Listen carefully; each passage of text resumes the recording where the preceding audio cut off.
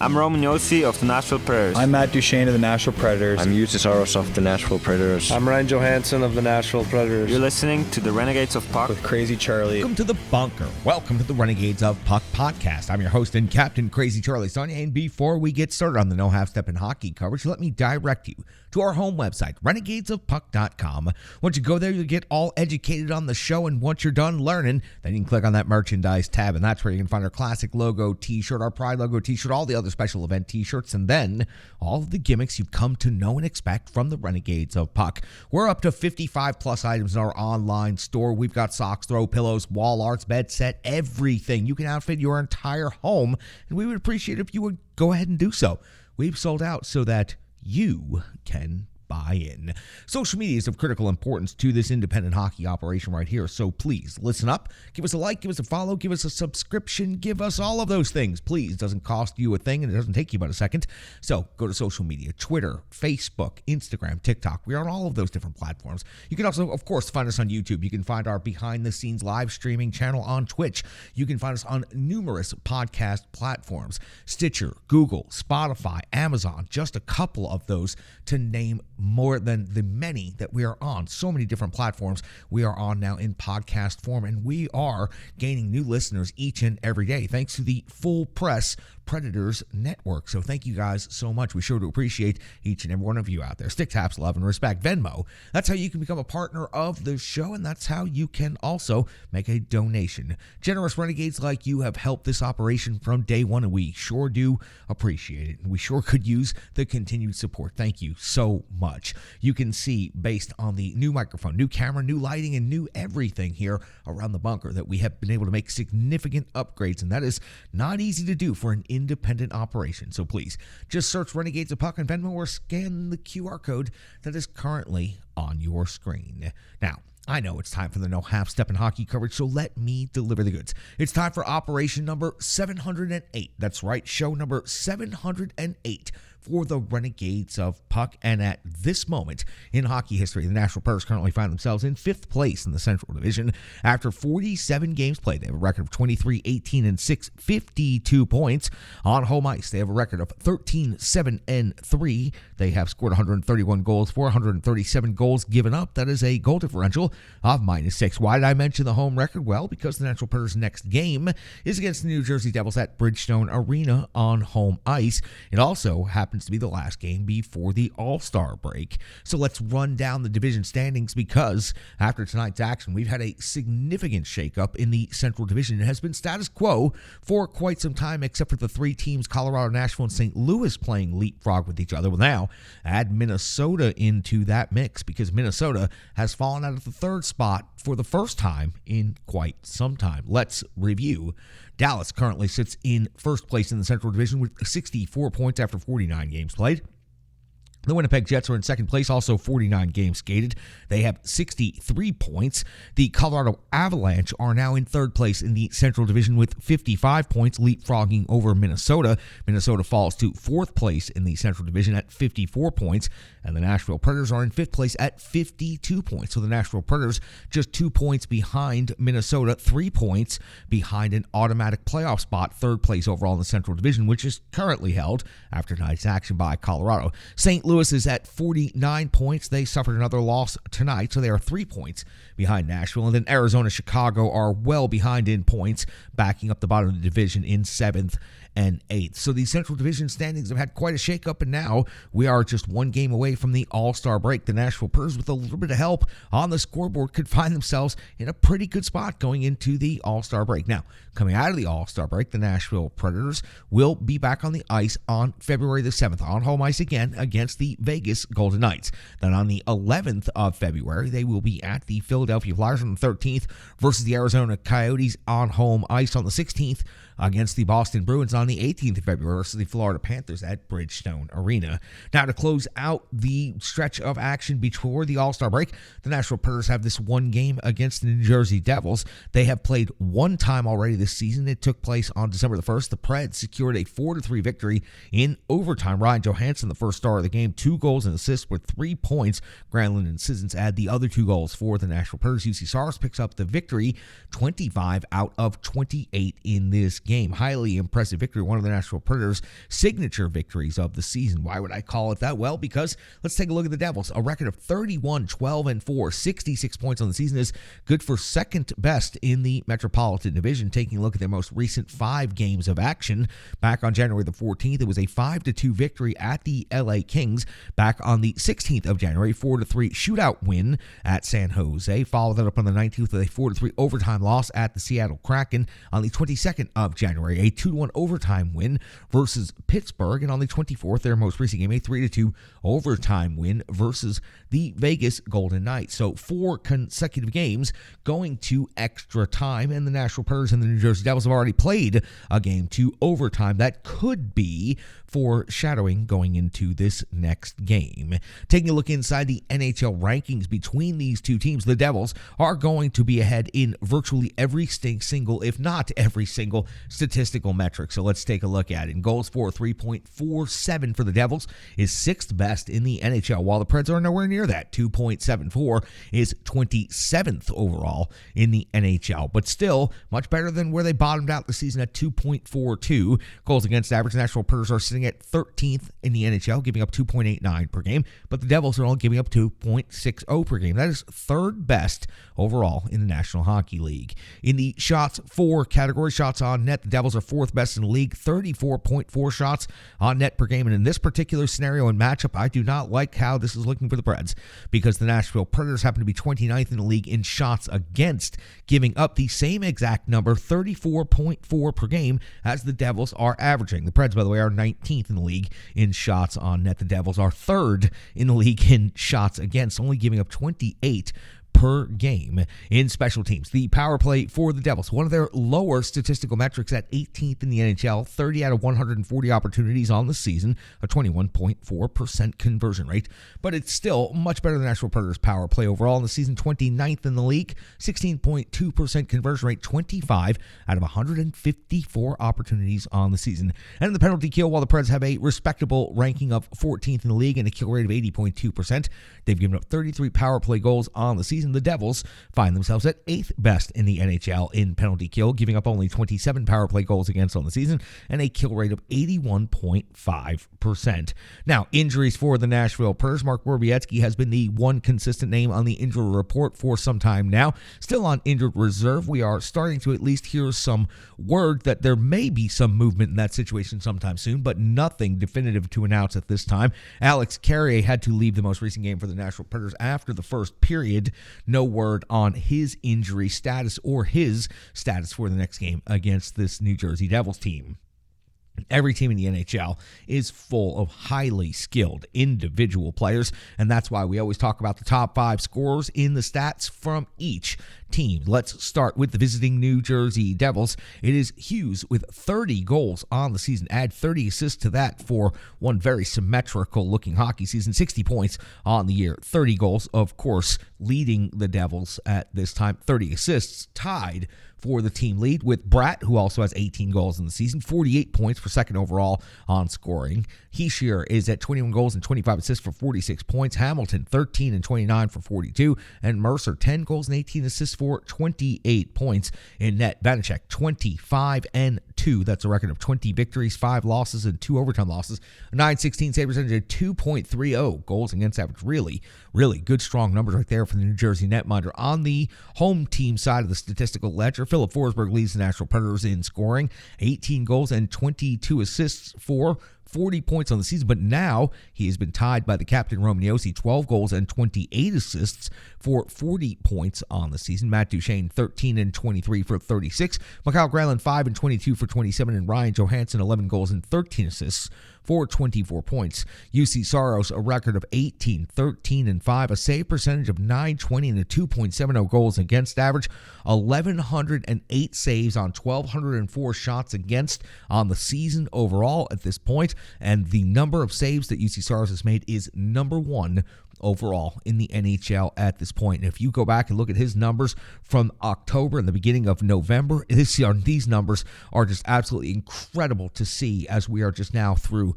mid-January. So UC Saros is climbing his way with numbers. He's going to the All-Star game, and after that, he's going to make a run in the second half of the season. It's not even half of a season, 30-plus games to go. He's going to make a run at being a Vezina finalist again this season. He has heated up to that point, and UC Saros expected to get the start in the final game before the All-Star break against a very, very good New Jersey Devils team. That's got you all set up for the Nashville Predators versus the New Jersey Devils and the update on the shakeup in the standings in the Central. Hockey players are as unique as the game itself, and your uniform should be tailored to fit you. Rebirth Sports is your sports apparel tailor. From shells, bags, warm-ups, hats, hoodies, branding, and more, let Rebirth Sports be your custom hockey tailor. And don't forget to tell them they do more than just hockey. Rebirth Sports on Facebook, Twitter, and Instagram. Rebirth Sport, a match made in hockey. And we go all the way back to January the 24th of the year 2023 when the Nashville Predators were on home ice to take on the Winnipeg Jets for the second of 4 regular season meetings between these Central Division rivals. John Hines deploys his lines in the following way: Forsberg, Last, Duchesne, Niederreiter, Johansson, and Granlund. Your third line is Smith, Parson, and Sissons. Trennan, Novak, and Janot make up your fourth line.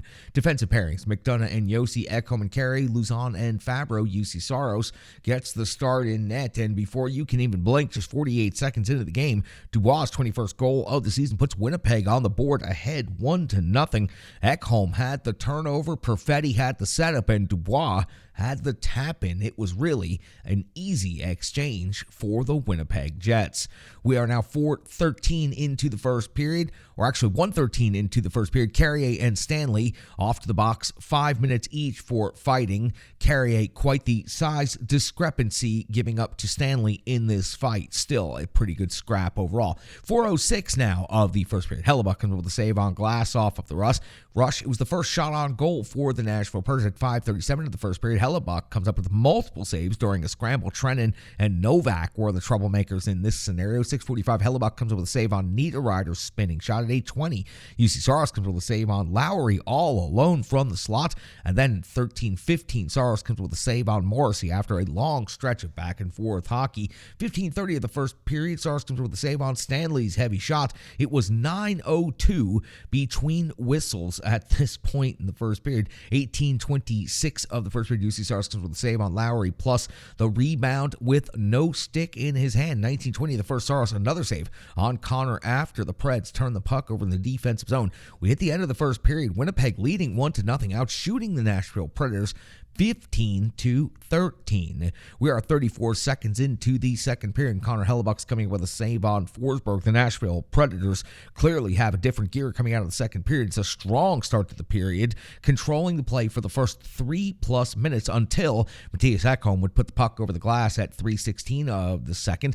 That would leave UC Saros to have to come up with a big save on Dubois. It was the first shot on goal for the Winnipeg Jets in the period. After the penalty kill, the Preds go back to controlling play and frankly dominating the play for a good stretch right here. As a matter of fact, through the first 10 minutes of the period, the Preds would generate 10 shots on goal and be out shooting Winnipeg 10-1, with the Jets' only shot on goal coming during their power play. At 12:16 of the second period, though, UC Saros checking back into work after getting a nice rest. So he comes up with a save on Lowry, kicking the leg out on the doorstep. Then in 13:31, Hellebuck comes up with a save on Ekholm through heavy traffic.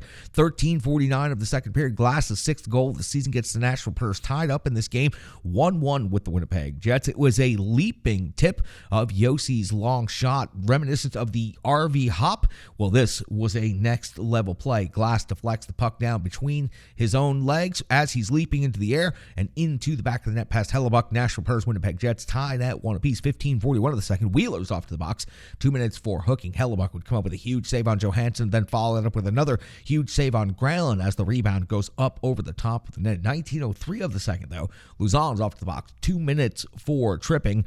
The penalty kill closes the period strong, and the Nashville Predators have now taken over and dominant in shots on goal, 32-20 in favor of the Nashville Predators after the second period. Now remember, the Preds only had 13 shots on goal in the first period. Now 32 for the game. Carryover of that power play for the Winnipeg Jets of 1 minute and 4 seconds into the clean sheet in the third period. UC Saros would have to come up with one big save on Morrissey, but the Preds PK would do its job. 3:05 in the third period, UC Saros comes with the save on Scheifele at close range. 3:55. Hellebuck comes up with the save on Sissons. 5:38. Jeannot's fourth goal of the season comes off of the wraparound as he beats Hellebuck to the post. This gives the Nashville Predators a 2-1 lead on home ice, and for Tanner Jeannot, the bench, the crowd, everybody involved, this was a moment to absolutely stop, recognize, because Tanner Jeannot has been working so hard to get to this point and to get back on the scoring sheet. First time since October. His fourth goal of the season gives the Preds a 2-1 lead. 9:21 of the third period, UC Saros comes up with a save on Ehlers. 9:40, Connors off to the box. 2 minutes for holding. Hellebuck will come up with the save on Parsonen's outstanding deflection right there at the top of the blue paint.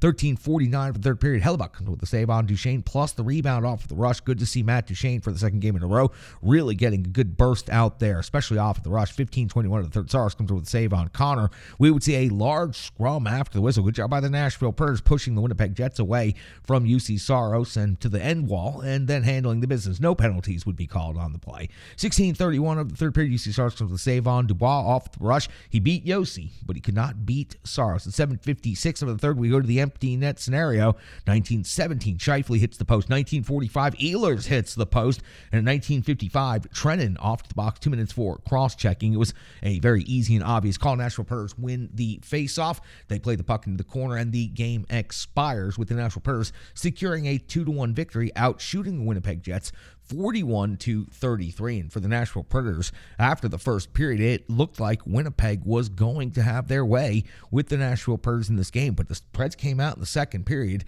and for the next 40 minutes, largely dominated all of the play out there on the ice. It was really a next level gear for the Preds that I didn't think they were going to be capable of against the Winnipeg Jets. Maybe they caught the Jets at the end of a long road trip. Maybe the Preds just finally put it all together. It makes no difference. The Preds found a way to win a game on home ice. And it was an exciting division win and a goaltending duel between UC Saros and Connor Hellebuck, two names that are associated with the Vezina Trophy. So that is an outstanding performance by both of the netminders, and a great job by the Nashville Predators to secure another victory against another good team, another potential playoff team. The Winnipeg Jets ahead of the Nashville Predators in the standings by 11 points, and the Nashville Predators able to secure those 2 points, and now they're able to get even up the season series now, one apiece. But the Preds, by going to overtime in the first game of the season series against the Jets, able to secure now 3 points out of a possible 4 so far on the season, with 2 more meetings to go. Those are going to be incredibly important head-to-head matchups. Nashville Predators secure the 2-1 victory. They outshoot the Winnipeg Jets 41-33, and Tanner Jeannot gets the game-winning goal. Great job for Tanner Jeannot in this one. That's Rebirth Sports full game recap. We'll have full stats, analysis, opinions, and the Renegades of Puck, and that's all coming up next. Hello, hello, hello. I'm Tracy, owner-operator of Strong Style Fitness. And that's me and my training assistant, Rizzo. And we are here to bring you fitness that meets you where you are by offering circuit classes, bar-inspired classes, Tabata workouts, boot camps, guided stretching, and more, all taught by a certified personal trainer, me. To learn more, go to our website, strongstylefit.com. Subscribe on YouTube at Strong Style Fitness. Follow on social media at Strong Style Fit. But most importantly, let's get you moving. It doesn't matter if it's your first workout or you've been doing it for years. Strong Style Fitness has the workout that meets you on your journey and helps you along the path to a happier, healthier life. I understand where you've been, what you were going through, and where you were going, and I want to take you there. We'll see you on the mat. Mwah. Saros ends up 32 out of 33 in this game, securing his 18th victory of the season. 14 out of 15 in the first period. And the Winnipeg Jets were swarming and dominant early in this game. It was overall an outstanding performance, and he won the goaltender's duel against Connor Hellebuck. Connor Hellebuck absolutely held the Winnipeg Jets in this game in the second period, and he did an incredible job. But UC Saros is the better goaltender on this particular night. I look forward to these two dueling 2 more times this season. I can't see at any point these teams starting either of their backups in the head-to-head matchup. So really a truly outstanding performance by UC Saros. And now getting ready for the All-Star weekend and the All-Star break, I anticipate he will get the last start before the All-Star break against New Jersey because the teams aren't back on the ice until February the 7th. That's quite a long break. UC Saros, I think right now, will get that last start. Tanner Jeannot finally puts the puck in the net. Now, look, he's been close a lot lately, but he hasn't gotten it done. The effort finally paid off. All anyone talks about associated with the Nashville Predators is how hard Tanner Jeannot works and how important he is to the penalty kill and to the other aspects of the team game overall. And to be honest with you, I was getting quite sour on Tanner Jeannot, but seeing him score that goal tonight, I hope it's the beginning of tremendous things to come. Last year was incredible covering him on a game in and game out basis. He just helped and contributed so much to this Nashville Predators team. Sophomore slump is exactly what we're seeing in front of our eyes. But tonight, picking up that goal, it's the game-winning goal. It's truly a Tanner Jeannot-like goal. Just the determination, the hustle, the effort, and to beat Hellebuck and jam that puck into the net at the post the way he did.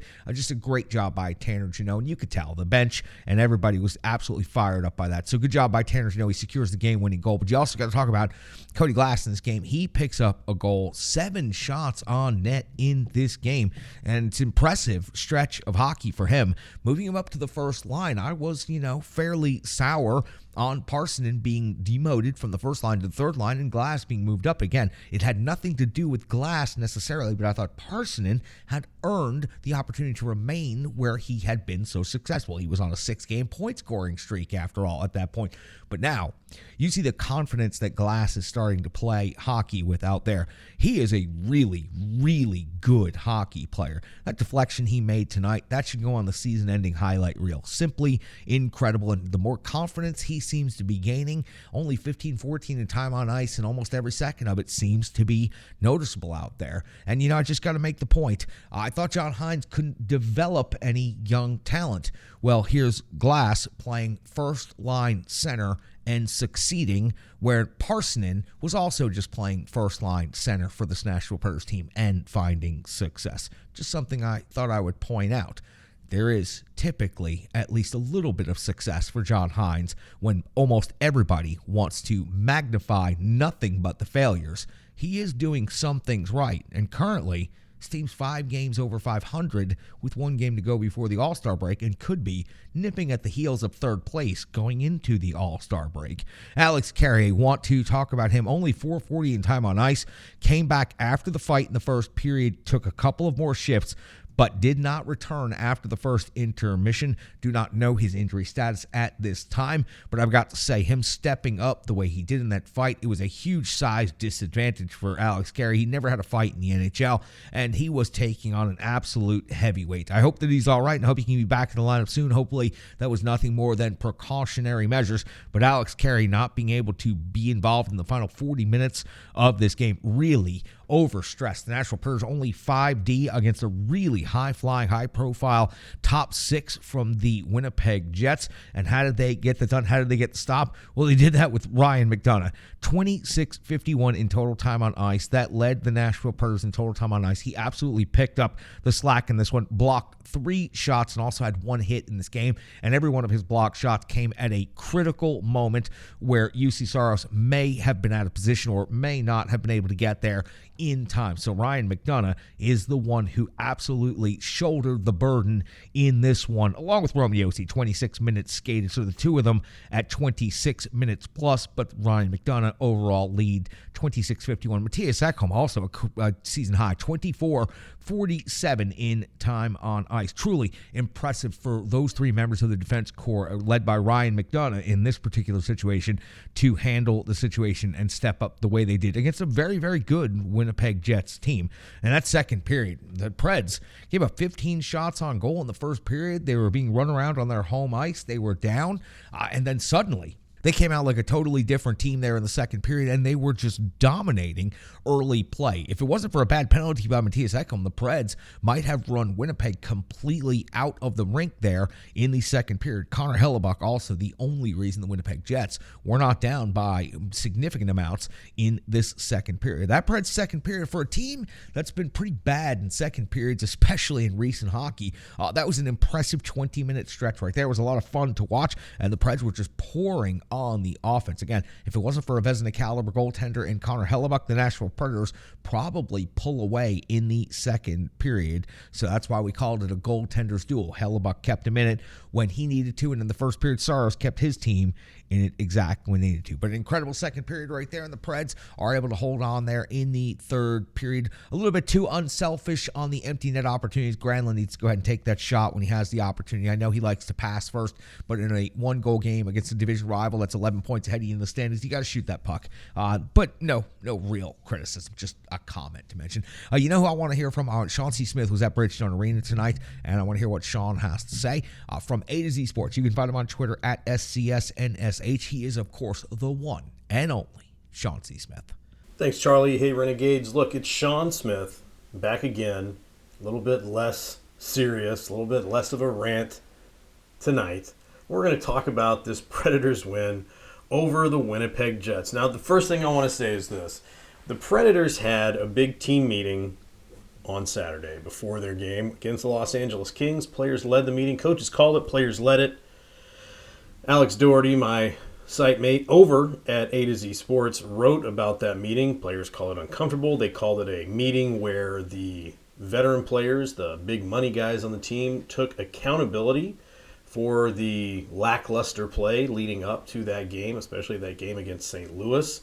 And basically the team rededicated themselves to the task of playing up to higher standards and playing to the standard of doing everything you could to win. And it's exactly what they did against the Kings. Now, I put out an article today, which I wouldn't, go read it now because they've already kind of proved one of the things. But I said the Predators had a lot of stuff to prove in these last two games for the All-Star break. Of course, tonight against the Winnipeg Jets, Thursday against the New Jersey Devils.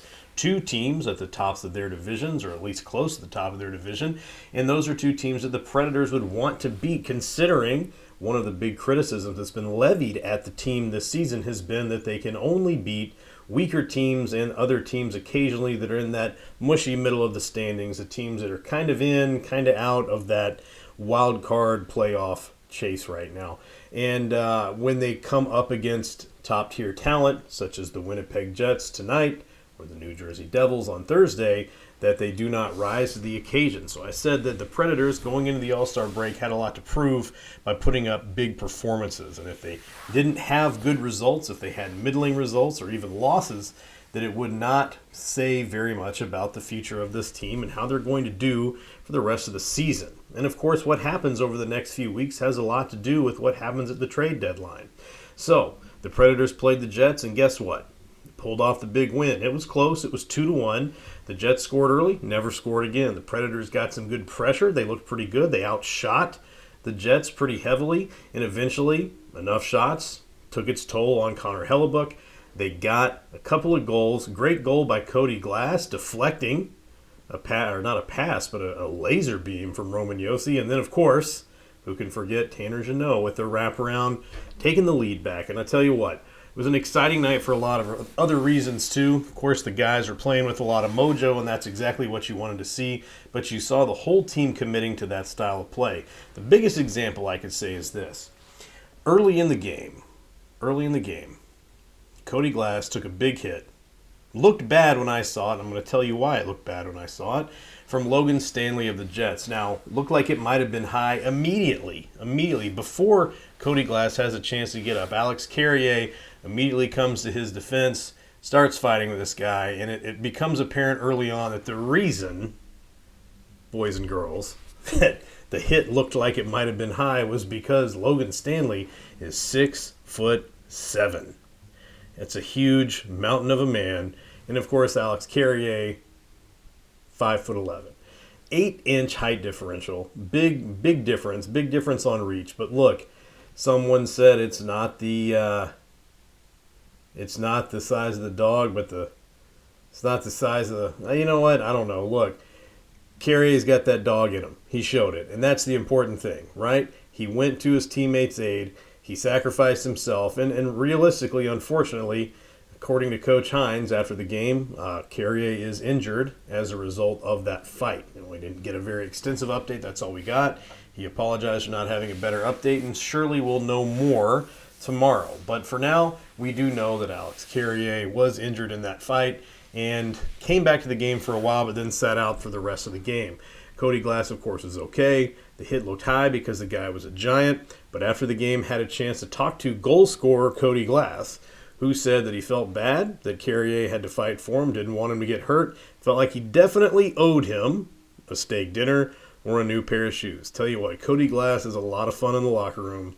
To be a kid playing at a high level as he is, he's got this very innocent, aw shucks attitude that plays really well. It's refreshing sometimes in the locker room to talk to somebody who's pretty unassuming and pretty honest and gives you pretty good, quick, honest, open reactions to things. So nice to talk to him. I've got a tweet up of it over on the Twitter if you want to check it out.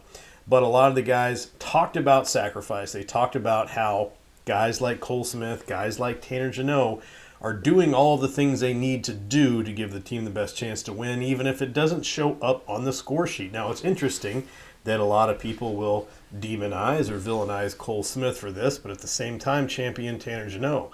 Jeannot and Smith have had very similar seasons, very similar results.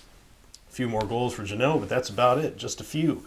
So it's interesting that in those guys' eyes, Cole Smith scoring his first NHL goal, huge reaction from the bench. Tanner Jeannot scoring his first goal in quite a while, another huge reaction from the bench. This is a close-knit team. They mean a lot to each other. They fight for each other. They play for each other. Everybody on that team respects everybody else on that team. They showed up and played that way against the Jets. They need to show up and play that way against the Devils if they want to make a statement that they're a team that can make the playoffs and make some noise in the playoffs. Because the last thing this team needs is another first-round exit against a team that's headed to the Stanley Cup Finals.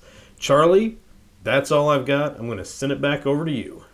The digital environment can be quite intimidating, time-consuming, and cumbersome, especially with all those other areas that need attention at your business, and that's why Stripe Digital Solutions is here to help.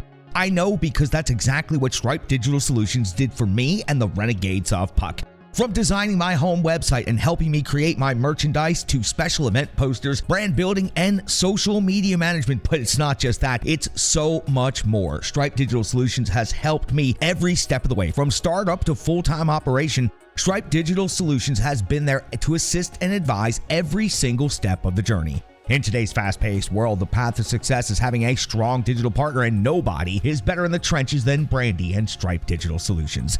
Get the solution before it's even a problem with Stripe Digital Solutions. When you have a goaltender's duel, there's not a lot of numbers in the box score, but still some things we can take a look at. Your goal scorers for the Nashville Predators, Glass and Jeannot with the game winner. Your assists for the Nashville Predators go to Philip Forsberg, Tommy Novak, and also the captain, Roman Josi. Shots on goal. Glass led the team tonight with 7 total shots on goal. Dante Fabro chipped in with 6 shots on goal. And got to say, not a bad performance by Dante Fabro. We talked a lot about the rest of the defense corps. If there's only 5 defenders out there, of course, he had to be part of the group that stepped up. Blocked shots. The captain, Roman Josi, and Ryan McDonough with 3 apiece. When it comes to hits, it was Colton Sissons with 5 hits in this game, but it was Luzon with 6 hits. Glass also added 4 hits to this game. If Luzon continues piling up hits the way he has in these last several games, stretch of hockey, and then by the end of the season, Luzon's going to find himself near the league leaders in hits. There is absolutely no doubt about that. Impressive to see the numbers he has put up. And the ice time, this is where things look a little bit wild because of the injury tonight. Granlund leads the forwards in total time on ice, 18:39. But of course, all the focus comes on the defenders who had to step up and fill those extra minutes. 26:51 total time on ice for Ryan McDonough. 26 minutes for the captain, Roman Josi. 24:47 for Matthias Ekholm in this game. And UC Saros picks up the victory in the goaltenders duel, 32 out of 33 to pick up his 18th victory on the season. That gets you the official box score, and it gets you some of the numbers, but it doesn't really fully explain everything. And that's exactly why it's time to go over to the Renegade Analytics desk. It's time to get the numbers you need to know, the charts you need to see. He is the one and only Brian Baston, and he's up right now with one big stat. Thanks a lot, Charlie. I'm Brian Baston here at the Renegades Analytics desk, and your Nashville Predators have won their second straight, beating the Winnipeg Jets 2-1 tonight at Bridgestone Arena. And while it may have seemed like Nashville was trailing for a lot of the game, they did give up that first goal there in the first couple of minutes. Nashville was actually pretty effective on both ends of the ice, just like they were in the game against the Los Angeles Kings. But two lines in particular were extremely effective in the matchup tonight, and those two lines are the topic of tonight's One Big Stat. Now, let's look at the two goal scorers, because guess what? Those are the two lines that I'm going to talk about. Let's start with the game winner and the long-awaited one for Tanner Jeannot. 38 games without a goal coming into tonight, and Tanner Jeannot finally gets one home. And that line was extremely effective. Tanner Jeannot was on a line centered by Tommy Novak with Yakov Trenin, and this is how effective they were at 5-on-5 tonight. In shot attempts, they out attempted the Winnipeg Jets 18-9 when they were on the ice. As for shots, it was 12-7, and with expected goals, 0.9 versus 0.1. So that's an 85.6 shot quality percentage. Pretty good. And they've been effective for a while now. This lineup has been together now for about 82 minutes, and they average just over 50% in most of their metrics, shot shares, shot attempt shares, and expected goals. But they've actually doubled their opponents in high danger chances for 31-16. So that's pretty good. But let's talk about the one line that did better. And that is the line of Philip Forsberg, Cody Glass, and Matt Duchene. Now, this line has been electric since they've been put together, and Cody Glass has definitely stepped up and filled in that first line center role pretty admirably. But let's talk about what they did tonight, because frankly, it's pretty crazy. As for shot attempts, 17-5 at 5-on-5 at 11.5 minutes together tonight. As for shots, they outshot the Winnipeg Jets 12-3 while they were on the ice. They made a goal and gave up a goal, unfortunately. However, they outgained them in shot quality for one expected goal to 0.2, which was an 82% shot share. But how have they done so far when they've been placed together this season? Well, this season they only actually have 61 minutes together. They have more attempts, 88-45.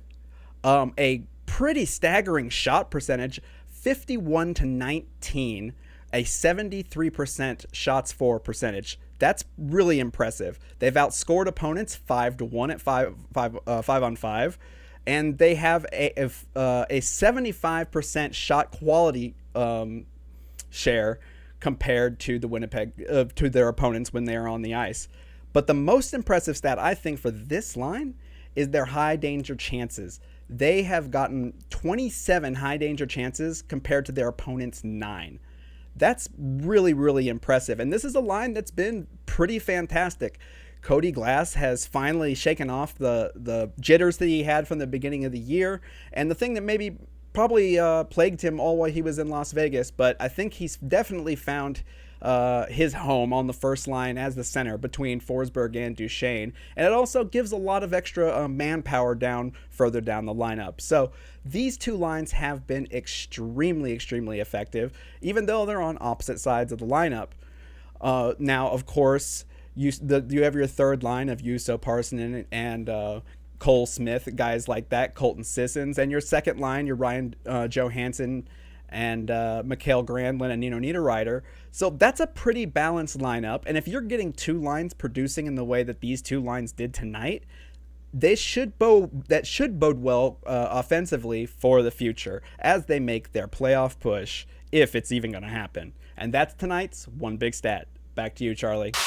I'm Crazy Charlie Saunier, captain of the Renegades of Puck. I'm also tired of the cold, tired of the dark, and tired of being landlocked. I'm also willing to bet that I'm not the only one who could use some sun, fun, and time in paradise with friends. That's exactly why I called our great friend Pete Weber. He told me, call Ships and Trips Travel, and now we're all going to Mexico. That's right, Renegades of Puck, July 15th to the 20th of 2023. Dreams Vallarta Resort in Puerto Vallarta is the destination to hang with Pete Weber in paradise. To join Pete and the Renegades of Puck in Puerto Vallarta, go to www.shipsandtripstravel.com. That's shipsandtripstravel.com, and just click on the ROP on vacation tab. Don't stay landlocked. Join the Renegades of Puck in paradise, July 15th to the 20th, 2023 in Puerto Vallarta. Pete Weber, the Renegades of Puck, and you. It's time to ditch those skates for flip-flops and fun in the sun.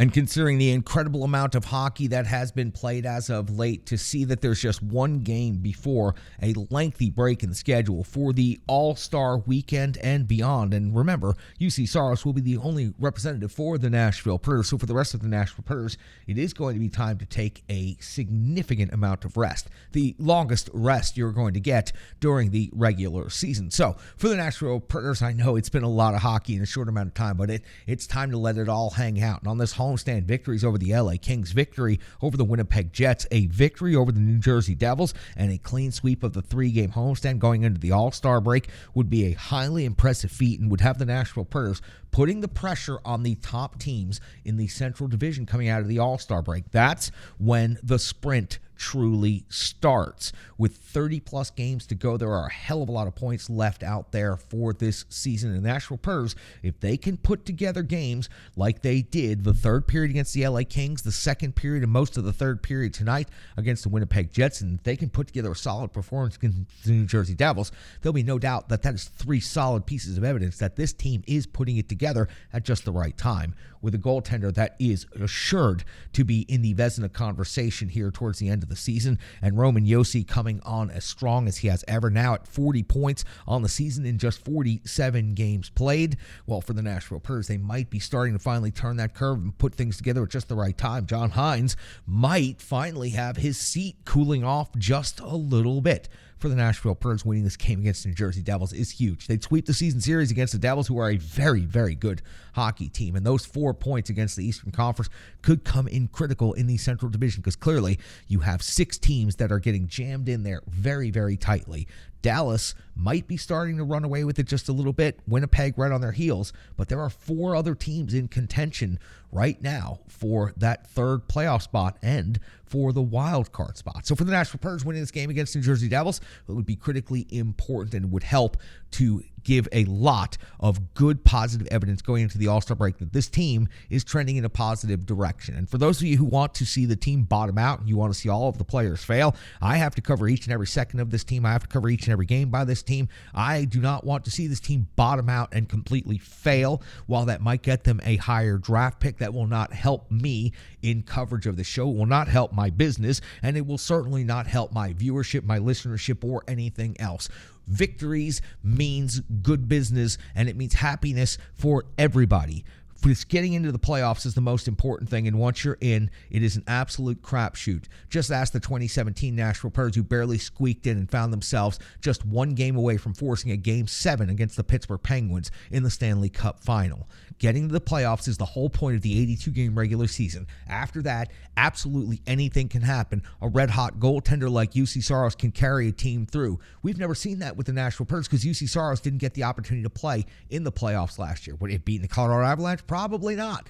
But the Nashville Predators have a great opportunity with a Vezina-caliber goaltender. Getting in the playoffs is what's most important, and it's going to be a hell of a sprint here the last 30-plus games of the season after the All-Star break. We'll be here to cover every bit of it. Every time the Nashville Predators get some victories and they go on a winning streak, clicks go up, listenership goes up, views go up, money goes up, and we like that around here because we need that to keep this independent hockey operation going. So thank you so much. We appreciate each and every one of you for checking the show out, supporting the show, and giving us all of that love. For Sean C. Smith, for Brian Bass, and each and every one of the Renegades of Puck. One more game to go before the All-Star break. We'll be right back here in the bunker Thursday night, breaking it down. Nashville Predators versus New Jersey Devils. I'm your host and captain, Crazy Charlie Saunier. Stick tabs, love, and respect.